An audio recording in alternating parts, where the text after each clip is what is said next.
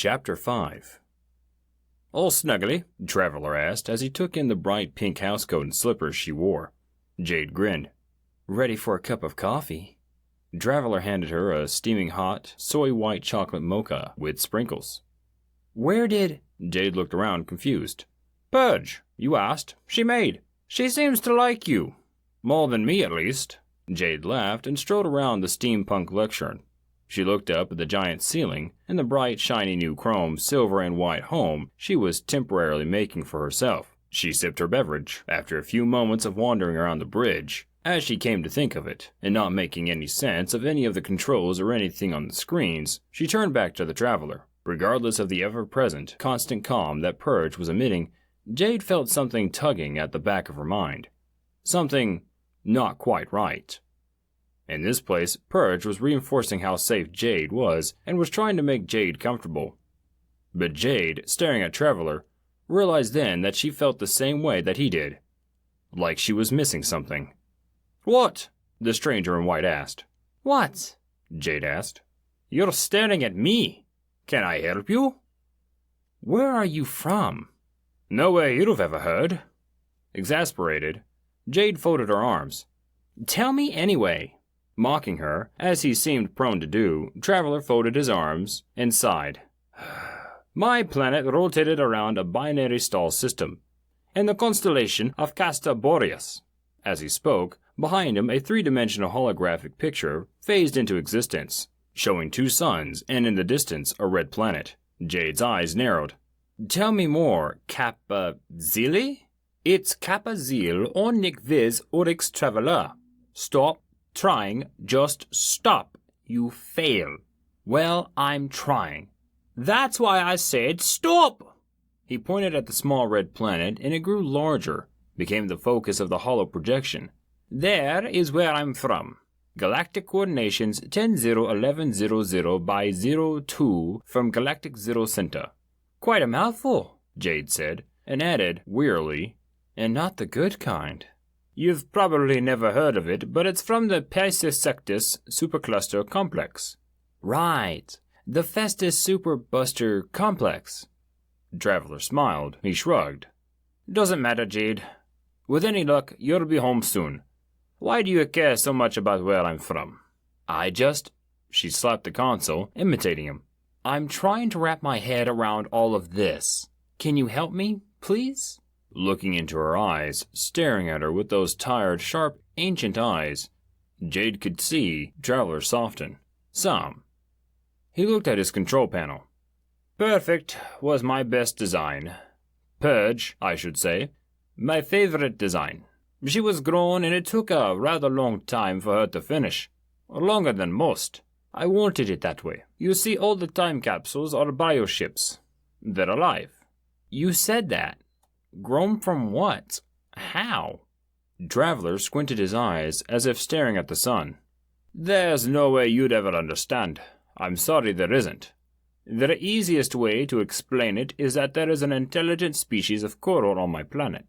Long ago in the midst of time, back around Rosilian's day, or maybe it was Omega. I don't know. I'm not a historian." A quiet hum pervaded. Jade stared at him. "Long ago? What?" "Oh, yes." Traveler shook his head. "Endless eons ago, my people harnessed the powers of a star-going supernova, and in the process of becoming a black hole, they froze that state, kept it in a perpetual state of revolutionary decay. These," he fondly slid his hand onto a lever, "coral beings were found to be proto-telepathic. Somewhere along the line, our people were able to communicate and harness their ability to withstand the physical stresses of time travel. Without the coral and without the independence embodiment of the time and revelation dimension in space, which is the technical definition of a time capsule, molecule disintegration would occur, so we would become symbiotic." "But it doesn't look as if you've become friends," Jade observed. Traveler raised a finger. "That's the problem." "That you aren't friends with Purge?" "She doesn't like me because I'm not a lord, not one of the high lords. I don't know everything I should, and I'm not very good at working her." He trailed off. "There's something else." Traveler nodded. I can't operate her because I'm not a lord. What makes it all work is something called the Roselian Imprimatur. You mentioned that before. Yes, it's the biological makeup of the lords. You see, without the imprimatur, anyone piloting a time capsule would be subject to the molecular disintegration common with the time travel. It also keeps the time capsule technology from being occupied or misused. Jade nodded. She walked a step away, took a sip from her delicious java, and turned back to the strange time traveler in white. So, where are we now? And why are we not, dust? Right. Time traveler laughed then, and Jade wasn't sure if she had heard him laugh before. A real laugh. It was nice, actually. Basically, I'm smarter than them, the lords. I stole something called the Bryod Nebulizer. Are you making that up? Sounds like it, right? No, Bryod Nebulizer, real thing, a time capsule once it is primed, meaning that a High Lord has telepathically bonded to it, then has the Roselian Imprimatur stored on a Bryod Nebulizer. After that, Jade nodded once more. I get it! After that, anyone can use it. Traveler scratched his short, impossibly dark hair. Use is a strong word. He grinned. More like exist in without disintegrating. Ha! Jade guzzled the last bit of awesome. Now that you know all the techno-babble, do you feel better? More enlightened? Jade shook her head. No, not at all. Actually, I now have more screeching, horrible screeching, wailing from all around. The lights were flashing impossibly bright. Jade felt an agonizing pound in her skull. What now? There was an intense impact, a giant explosion it felt like, right outside. Purge tilted sideways, and gravity seemed to become haywire. Jade fell toward the main control podium as her coffee mug was flung from her hand and shattered on the ceiling. Incoming temporal schism, Purge yelled in her intercom voice. That can't be good, Jade screamed as she gripped onto the lever of the lectern. They were sideways now. Why were they sideways? Traveler! She yelled. Yes, thank you. I have noticed. Traveler was furiously typing something on his watch. While he stumbled around on the ceiling, he looked up at her. Or rather, down at her, and shouted, I was thinking the same thing! He jumped, or fell, depending on the point of view, and landed on top of the control console. Another heavy-sounding thud, another heavy impact somewhere outside. Tremors began then, and at first Jade thought they were occurring inside of her, but the whole place seemed to be in an earthquake, or a timequake she thought would probably be more accurate. An explosion? For real this time, and nasty. The console and Traveler's favorite control panel blew up. Fire and sparks shot everywhere. Broken glass. Smoke. Jade tried to get up, but couldn't get her footing.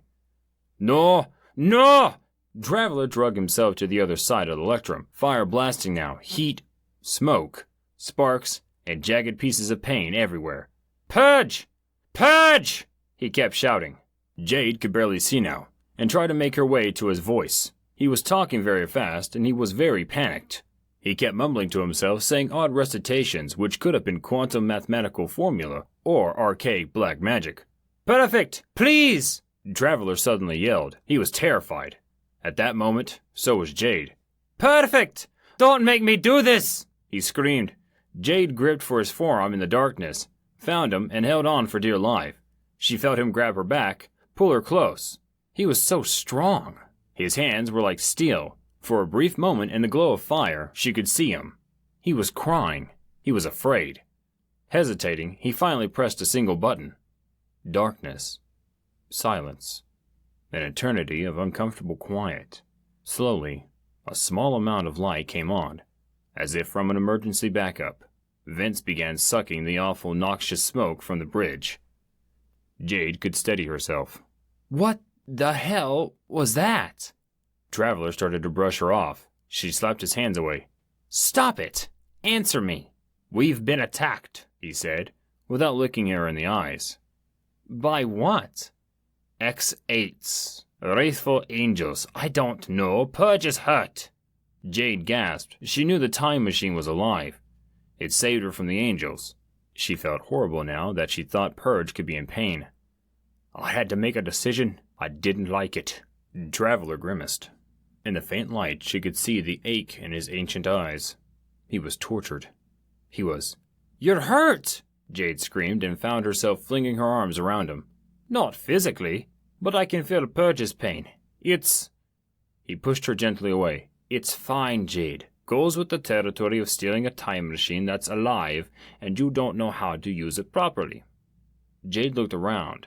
She was speechless, motionless. She didn't know what to do, what to think. She didn't know how to handle this. She could actually feel the void Purge left. That calm, that safe feeling, that comfort. Even if it was a manufactured projection, Jade knew it was from the best of intentions. She could feel Purge's absence. In her own way, Jade was wounded by it. "We have to stay here for a while."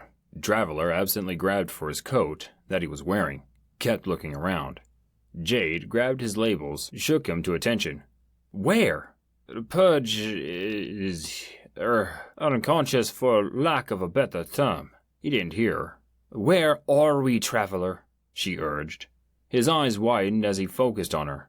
There he was, that intense, otherworldly gaze. Jade sighed. He was back. "See for yourself." He motioned to the wall. "Are we safe?" "That really depends." "On what?" "On whether or not it's a good story."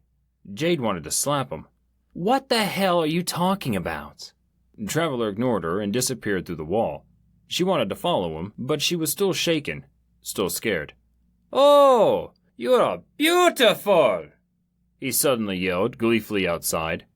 Jade smiled at hearing his enthusiasm, his fears suddenly gone. She took a deep breath and walked outside. It was absolutely stunning.